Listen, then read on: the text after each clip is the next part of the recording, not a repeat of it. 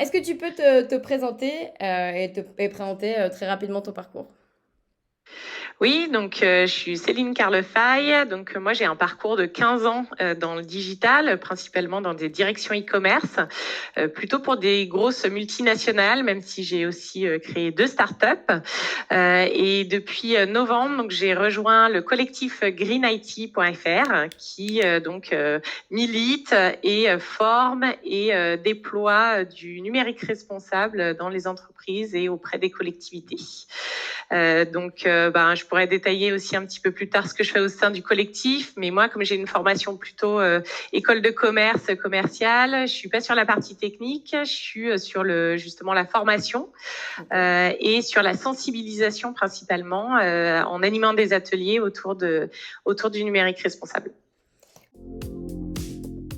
OK, et justement, tu peux nous expliquer, un peu plus ce qu'est le Green IT? Pourquoi on en a besoin, en fait?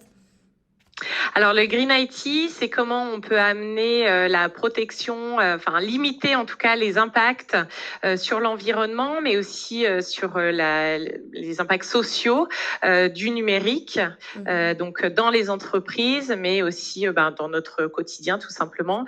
Et pourquoi on en a besoin? Parce que on a les accords de Paris, hein, où on essaye de limiter le dérèglement climatique et le réchauffement à plus de degrés qui arrive. Et le numérique, en fait, c'est une des dernières industries qui n'a pas fait les efforts nécessaires pour réduire son empreinte.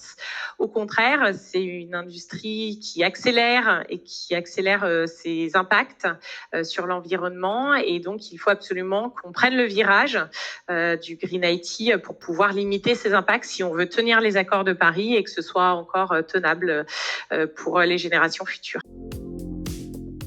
Tu as un exemple d'une action, un peu, applicable demain pour les entreprises, un gros geste que les entreprises pourraient faire et qui serait facilement applicable? Le geste majeur, parce que c'est ce qui a le plus d'impact au final, c'est d'allonger la durée de vie des équipements des utilisateurs, puisqu'en fait l'impact principal du numérique, il se trouve au niveau de la fabrication des Ouais. équipements, sachant que ça utilise des ressources absolument ahurissantes, hein, quand on connaît un peu les chiffres. Par exemple, pour produire un ordinateur de 2 kilos, il faut plus de 800 kilos de matière qu'on extrait de la croûte terrestre dans des Mmh. conditions, que ce soit en Asie ou en République démocratique du Congo. Et donc, le premier geste vraiment à faire, que ce soit personnellement ou à l'échelle d'une entreprise, c'est de garder plus longtemps nos équipements pour limiter cette production, sachant qu'en plus les ressources qu'on exploite, les minerais, c'est des choses qui vont être en pénurie, sur lesquelles c'est des ressources finies et Mmh. qu'on n'aura plus potentiellement dans 30 ans. Donc c'est geste numéro 1, garder ces appareils le plus longtemps possible et si on doit les renouveler, plutôt aller sur des éléments, des appareils, des équipements reconditionnés, OK. en tout cas réemployer ces équipements.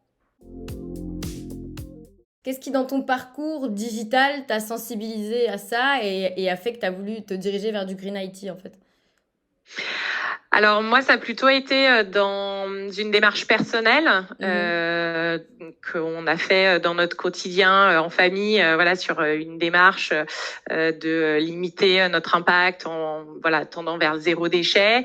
Et donc j'ai voulu appliquer aussi mes engagements personnels au niveau de mon travail parce que c'est un peu compliqué d'avoir les deux vies totalement séparées avec quand on a des Oui. valeurs et des convictions profondes.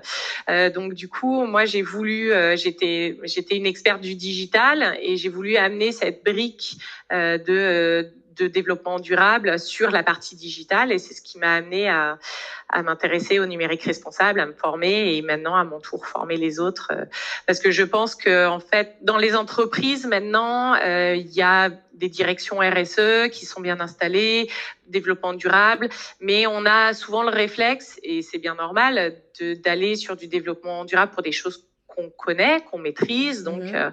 moi, j'étais dans la cosmétique, donc c'est Mmh. voilà les ingrédients, la logistique, etc. Et on se rend pas compte souvent que le digital est aussi quelque chose qui a de l'impact. Au contraire, on a eu le réflexe de dire faisons tout digital pour limiter. Par exemple, il s'agit de pour limiter le papier, on va passer sur une facture dématérialisée et on se dit youpi, ça y est, on sauve les arbres, on sauve la planète. Et en fait, c'est pas aussi simple que ça. Et que ces connaissances-là, de dire attention, le numérique, c'est pas juste dans les nuages, le cloud, ça pollue pas, c'est pas matériel. J'ai senti qu'il y avait vraiment un besoin de l'expliquer et de dire attention, nous aussi on pollue et on est en train d'accélérer notre pollution. Donc limitons ça au maximum. Oui, j'ai rejoint le collectif. Non, il existe. En fait, il a été fondé par Frédéric Bordage en 2004. Donc, c'est vraiment le pionnier qui a compris ça avant tout le monde. Et donc, moi, je l'ai rejoint récemment. Et ce collectif, c'est vraiment un collectif d'experts, mais aussi justement de citoyens engagés qui ont envie de faire bouger les choses. Et ce que j'aime, c'est la philosophie justement d'entraide, de collaboration, et on est tous là pour finalement le bien commun. C'est tous des bénévoles, à part les missions bien sûr sur lesquelles on travaille avec les entreprises pour lesquelles on est payé, mais sinon tout ce qui est fait au sein du collectif, c'est bénévole, et c'est juste des citoyens engagés qui ont envie de changer les choses, et c'est ce que j'apprécie particulièrement dans ce collectif. T'es formatrice, c'est ça, dans le... Voilà. Donc moi, je me suis lancée en indépendante. Donc j'avais 15 ans de salariat dans les pattes. J'avais aussi un peu envie de voir autre chose et voilà, d'être ma propre patronne. Donc j'ai fait cette aventure. Je suis dans l'aventure de l'indépendance, de la freelance. Et effectivement, je démarche des entreprises pour leur proposer des formations, des ateliers de sensibilisation, et puis de justement faire appel à des experts du collectif pour qu'ils puissent aussi chiffrer, parce que ce qui est important dans ce genre de démarche, c'est aussi de bien faire l'état des lieux chiffré d'un bilan dans une entreprise, de OK, aujourd'hui mon numérique, qu'est-ce qu'il représente, et derrière justement le collectif peut accompagner les entreprises sur cette partie très chiffrée, et moi j'accompagne plutôt sur la partie sensibilisation, formation. Et vous avez des outils pour faire des bilans, les bilans de l'impact?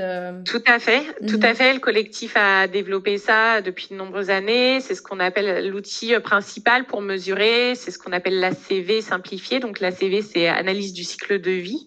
Et on va vraiment s'intéresser au cycle de vie du numérique en entier, depuis justement la fabrication des équipements jusqu'à la fin de vie. Parce qu'en fait, il faut savoir qu'une entreprise, dans son bilan, elle est aussi responsable de son matériel, et jusqu'à que ce matériel se retrouve dans le meilleur des cas, dans un circuit de collecte et de recyclage et de réemploi, et dans le pire des cas, en décharge, souvent d'ailleurs illégale.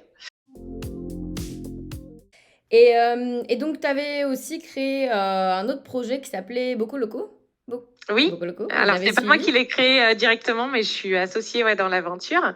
Donc ça, c'est Alexis Dusanter et son frère qui ont lancé ça. Donc moi, Alexis, c'est aussi un ancien collègue devenu ami, et qui, sur idée d'ailleurs de sa femme, Sandra.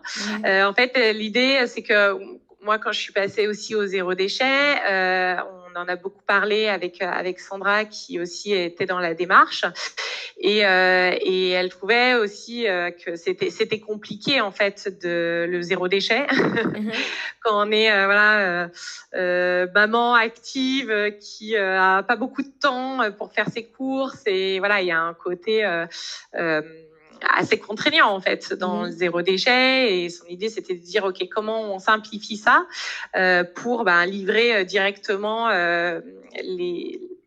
les gens chez eux, alors à Paris en vélo, et puis dans toute la France autrement, mais pour leur livrer en fait directement les bocaux de vrac pour que voilà, ça vienne directement à eux, que ce soit pas le parcours du combattant quand on fait ses courses.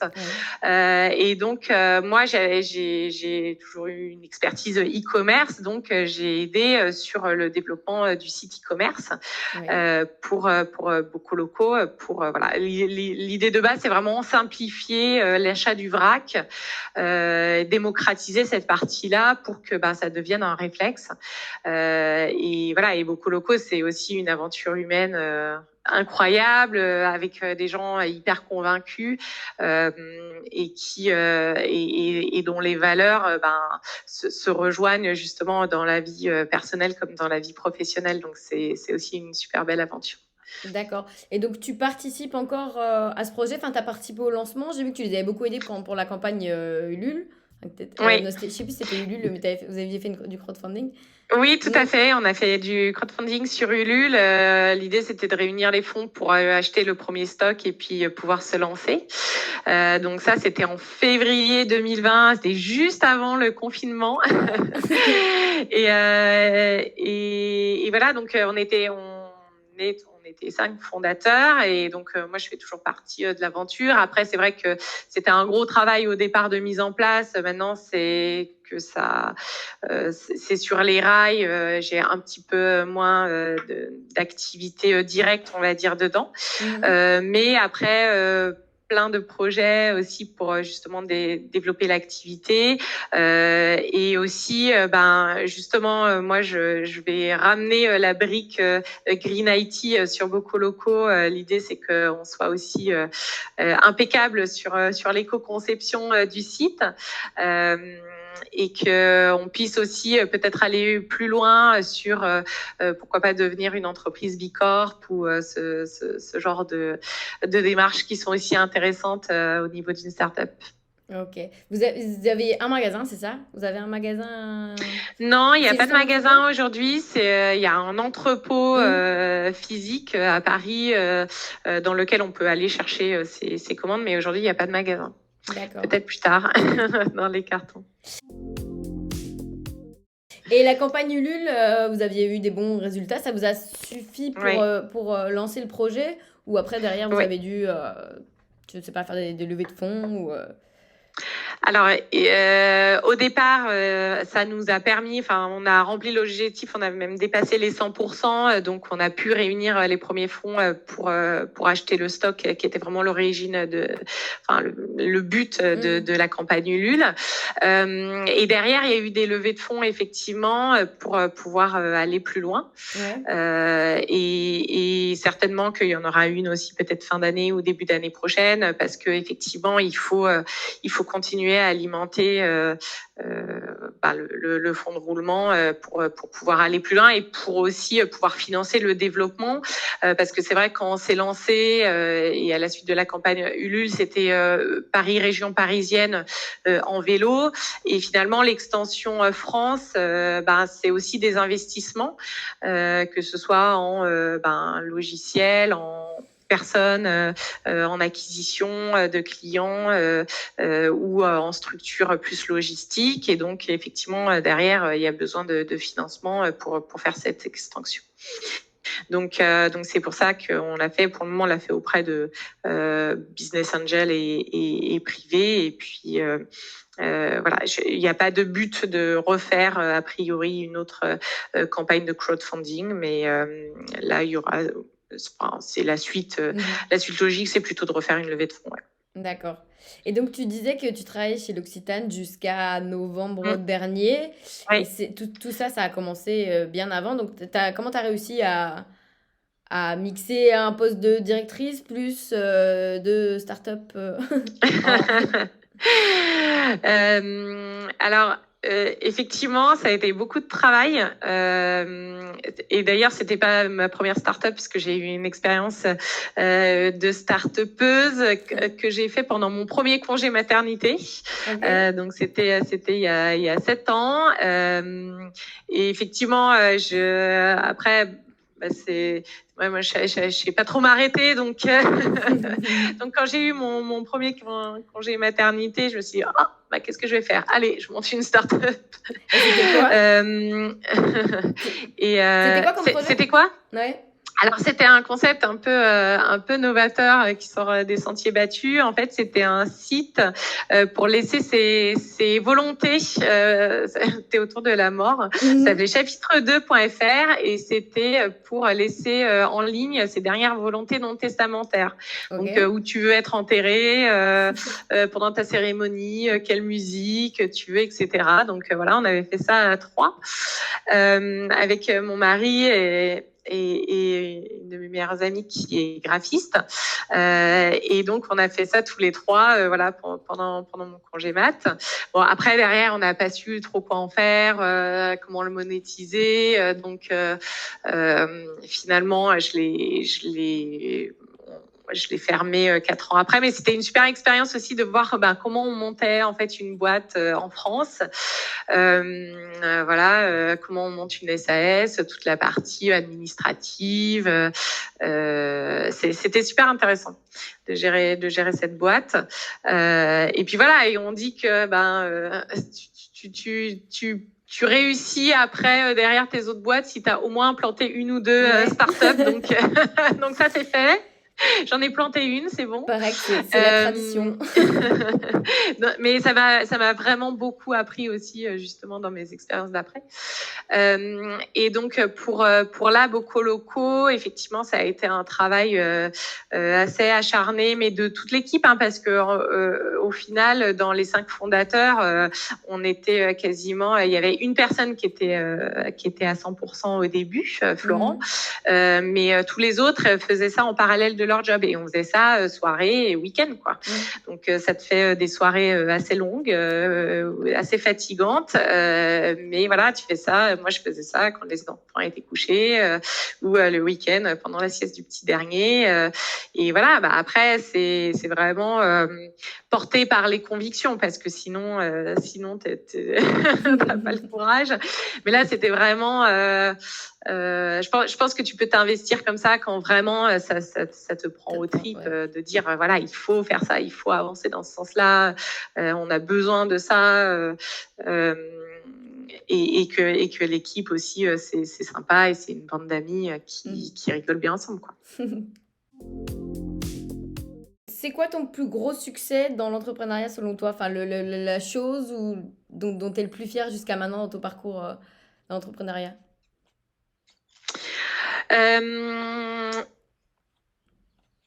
Moi, j'aime, je trouve qu'il faut pas avoir peur et j'aime prendre des risques. Donc, je suis fière d'avoir osé les différentes choses.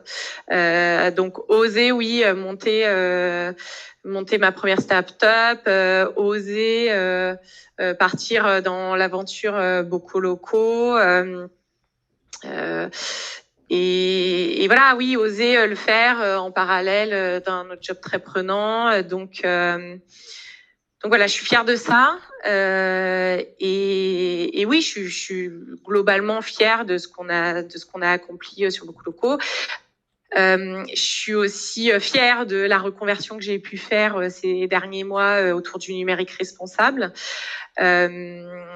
Et qui correspond vraiment à ce que je veux faire et aussi justement oser me lancer en indépendante alors que c'est vrai que quand on est encore un peu, même si c'est la fin, en crise Covid, et de se dire voilà, je me lance en sachant pas de quoi sera fait demain. Mais j'y crois et ça me porte en fait. Donc voilà, moi en tout cas le message que je veux faire passer, c'est quand on ose, on prend des risques. Moi je suis certaine que c'est là où on est bien, quoi. Moi je suis super. Je sais pourquoi je me lève le matin.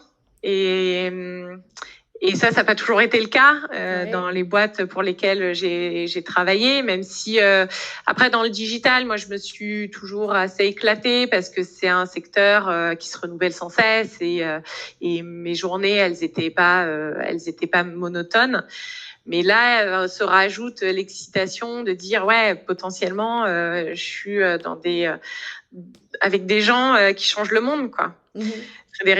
Frédéric, c'est un mentor incroyable qui change le monde et voilà, qui va porter les valeurs dans la loi climat et résilience, qui va au Sénat sensibiliser les sénateurs. Enfin, et cette rencontre avec les gens, avec des gens incroyables qui changent le monde, ça fait tout quoi. Mhm. C'est top. C'est un beau témoignage de comment on arrive finalement à joindre ce qu'on sait faire, ce qu'on aime faire, nos valeurs et trouver enfin le projet qui réunit tout. Oui, Mhm. tout à fait. Ton plus gros échec, alors tu parlais tout à l'heure de cette petite start-up, t'as réussi à comprendre ce que vous aviez fait de mal? Tu disais que vous n'aviez pas de vision. Enfin, qu'est-ce que vous avez fait de mal en fait dans cette start-up?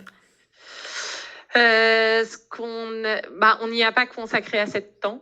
Je Ouais. pense que ça, c'était vraiment la leçon. Parce que beaucoup locaux, pourquoi ça a marché, c'est que au bout d'un moment, je te disais, oui, on n'était pas tous à plein temps, mais il y a des gens qui se sont mis à plein temps. Mhm. Et qui vraiment ont porté le chose. Si je pense qu'on était resté avec que des gens qui font ça en parallèle de leur job, ça peut pas marcher. Enfin, c'est énormément d'investissement temps. Ça peut pas être juste porté par des gens qui font ça le soir quand les enfants sont couchés. Ouais. Donc ça, c'était le premier enseignement, c'était qu'on n'y a pas mis assez de temps. Et le deuxième enseignement, c'est que en fait, on n'avait pas de business model et du coup, si tu espères en vivre en te disant plus tard, je réfléchirai, enfin ça Ouais. peut pas marcher. Voilà, moi j'avais lancé ça sur des convictions et une expérience personnelle de me dire mais il y a rien aujourd'hui qui se fait. Mhm. Euh, et le problème c'était qu'on était, je pense aussi un peu trop en avance sur l'idée, sur le concept. Et du coup, voilà, enfin, c'était pas quelque chose qu'on aurait pu vraiment développer, en tout cas sans business model. Donc, Ouais. oui, après la suite, j'ai été du coup beaucoup plus euh, attentive dès le départ à se dire, ok, si je veux que ça me fasse manger, qu'est-ce que j'y réfléchis tout de suite. Ouais. Euh, en disant ok comment on va gagner de l'argent avec ça parce que c'est même si oui les convictions elles sont là si tu as envie d'en faire ton métier il faut quand même que ça puisse Ça te puisse faire te... vivre quoi. C'est certain. Euh, et donc, c'est quoi les next steps de ton projet, de ton... Les projets, là, moi, enfin, c'est tout frais, hein, mon activité d'indépendante sur le numérique responsable. Donc, c'est vraiment de développer cette partie-là. T'es toute seule D'autant pour le que le moment ou, collectif, il est. Excuse-moi. T'es toute seule sur le développement, enfin, par exemple, tu fais la démarche commerciale aussi. Non, je suis pas toute seule, mais après là où je suis un petit peu plus seule, oui, c'est sur. En fait, moi, mon idée vraiment, c'est de développer le collectif, parce il est très bien implanté maintenant en France depuis de nombreuses années. Il est un peu moins implanté. Enfin, ça avait été le cas en 2013, mais c'est un petit peu revenu en arrière en Suisse Mhm. euh, et à l'international. Et l'idée, c'est vraiment de développer cette partie-là, de dire parce que en Suisse, là, notamment à Genève et un petit peu à Lausanne, il y a aussi des grosses entreprises internationales, multinationales. Il y a des Nestlé aussi. Il y a beaucoup d'entreprises du secteur bancaire. Sur lequel moi j'aimerais bien entamer avec eux une démarche de numérique responsable. Je pense qu'il y a beaucoup de choses à faire avec ces entreprises-là. À l'international, pense que la France, pour le coup, est assez pionnière sur ces. J'ai regardé un petit peu ce qui se faisait aux US ou via justement le réseau des anciens. J'ai pas mal parlé avec quelqu'un qui est au Canada, quelqu'un qui est à Montréal, etc. Et aujourd'hui, c'est des sujets qui sont pas là, quoi. Ou alors, c'est vraiment tout petit. Et je pense qu'on peut développer. Il faut porter ces messages aussi à l'international. Donc ça, c'est vraiment mon objectif de la rentrée. C'est vraiment d'aller développer le collectif à l'international. Quel conseil aurais-tu voulu qu'on te donne avant de te lancer? Quelque chose dont tu t'es rendu compte une fois que tu étais lancé dans l'entrepreneuriat et que tu aurais bien voulu savoir avant ou... Il y a plein de choses, quoi. En fait, je pense qu'on peut donner tous les conseils du monde. Je pense que tant que tu l'as pas vécu, franchement, il y a quasiment que l'expérience qui compte. Non, moi, ce que je peux donner comme conseil, c'est vraiment j'aurais aimé qu'on me dise un peu plus, c'est vas-y, n'aie pas peur, en fait. En fait, c'est ça le truc. S'il y a un truc que je voulais dire qui m'a pas mal marqué, et notamment là pour ma mise en indépendance, ça effraie beaucoup. Ça effraie beaucoup ton entourage. Ça effraie beaucoup, par exemple, moi, ça effrayait pas mal mes parents. Qui voilà, enfin c'est une génération aussi justement qui allait et qui compte un peu sur toi d'aller de CDI en CDI, une place bien installée, sûre, où tu sais que tu vas avoir ton salaire à la fin du mois. Alors que mes parents, ils ont été entrepreneurs, mais justement ils ont un peu vécu parfois mal vécu cette prise de risque. Et voilà, moi, ils auraient voulu que je sois dans un parcours on va dire sécurisé. Et donc il y a beaucoup de gens qui ont peur pour toi et c'est bienveillant de leur part, mais en fait ça peut te freiner et il faut surtout pas, faut mettre de côté ça. Et donc le conseil que je peux donner, que j'aurais aimé qu'on me donne, c'est vraiment n'écoute pas ça. Si voilà, t'es convaincu, si t'as envie d'y aller, un peu les gens qui disent ça vraiment très gentiment, mais qui disent t'es sûr parce que tu sais en ce moment c'est quand même la crise, nanana, et qui du coup tu leur dis je vais faire ça, puis ils t'envoient quand même, ils disent mais quand même j'ai vu une fiche de poste dans un gros groupe, machin. C'est sûr, surtout toi qui as travaillé bien au profil, et t'es là genre mais je veux plus, j'ai fait ça pendant 15 ans, je veux plus faire ça, je veux plus faire directrice e-commerce, c'est fini. Et donc les gens sont ils le font vraiment, ils pensent que t'aider et tout, et en fait ça te freine. Donc moi j'ai appris vraiment à mettre de côté, à tout de suite dire non c'est gentil, je te remercie mais c'est pas la peine parce que vraiment j'ai trouvé ma voie, je veux plus faire ça, etc. Et donc voilà, mettre bien de côté ça et foncer et croire en son projet, croire en ses rêves.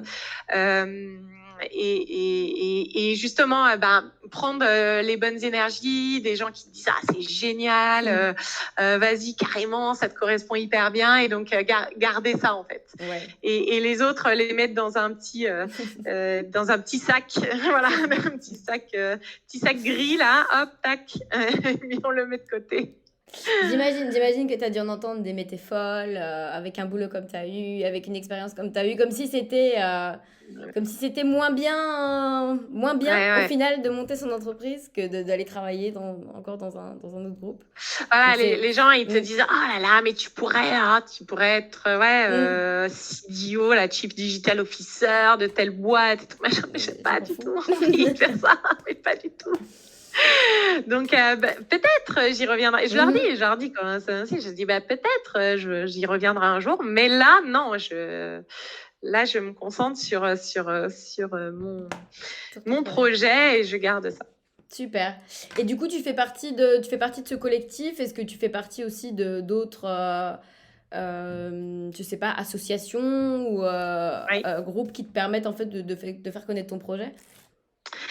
Oui, alors je fais partie. Alors dans le secteur du numérique, je fais partie de l'association de la fresque du numérique, qui est en fait une déclinaison. Je sais pas si tu connais la fresque du climat, mais donc qui est un atelier ludique pour comprendre les enjeux du dérèglement climatique. Et il y a la même chose au niveau du numérique.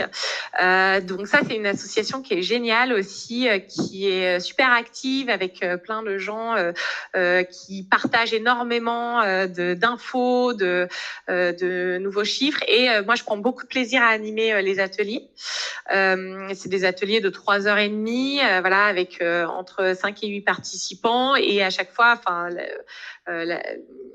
on rencontre beaucoup de gens qui justement s'intéressent au sujet et c'est vraiment très agréable. Donc moi, je m'éclate bien à faire ça. J'ai une autre assoce, donc là qui est plus locale, qui a un échelon international, mais qui est Zero Waste. Et en fait, moi, je fais partie de la section pays GEX. Donc il y a des groupes locaux après. Et voilà, et Zero Waste, c'est aussi une association pour rencontrer aussi beaucoup de gens qui s'intéressent à la protection de l'environnement. Et voilà, et donc via ces associations aussi, et ça permet aussi localement, moi je crois beaucoup à la force du local. Alors, il faut bien sûr les idées au plan un peu général, international. Mais en fait, ce que j'aime dans les différentes assos sur lesquelles je suis, j'ai à la fois justement le collectif qui va être demain, qui aujourd'hui est européen, qu'on va développer à l'international, et à la fois faire des choses très concrètes à côté de chez moi. Et ça, j'y crois beaucoup. Moi, ce que j'aimerais déployer aussi justement avec Zero Waste ou la fresque du numérique, qui a maintenant une version junior, c'est pouvoir aller dans les collèges quand ça aura un peu repris normalement en présentiel complètement à partir de la rentrée, mais aller dans les collèges, faire de la sensibilisation, soit au zéro déchet, soit justement au numérique, parce que je pense que ça se prend dès le plus jeune âge, et plus tôt on va sensibiliser, et plus et mieux ça va être intégré, on va dire, dans la société. Donc voilà, donc moi je veux travailler sur ces deux échelons, à la fois voilà, un job qui me permet de bosser à l'international, et à la fois faire des actions avec les associations en étant très locale, pour pouvoir diffuser au plus près de chez moi ces actions-là. Et dernière question personnelle, un peu, personnelle. L'association Green IT, là, vous avez des bénévoles, tu dis. Comment on fait pour participer, si on veut devenir bénévole pour l'association, pour le collectif Green IT? On va sur le site internet greenit.fr, et il y a une partie avec un formulaire pour rejoindre le collectif. Voilà, et toutes les infos sont sur le site. Ok, bon, j'irai faire un petit Et il y a aussi fresque du numérique.org. Voilà, je fais un petit peu de pub au passage. Alors, pour rejoindre le collectif, il faut d'abord avoir sur l'assos, la fresque du numérique, il faut d'abord assister à une fresque en tant que participant, et puis après on peut se former à être formateur, et puis voilà, rejoindre l'équipe aussi.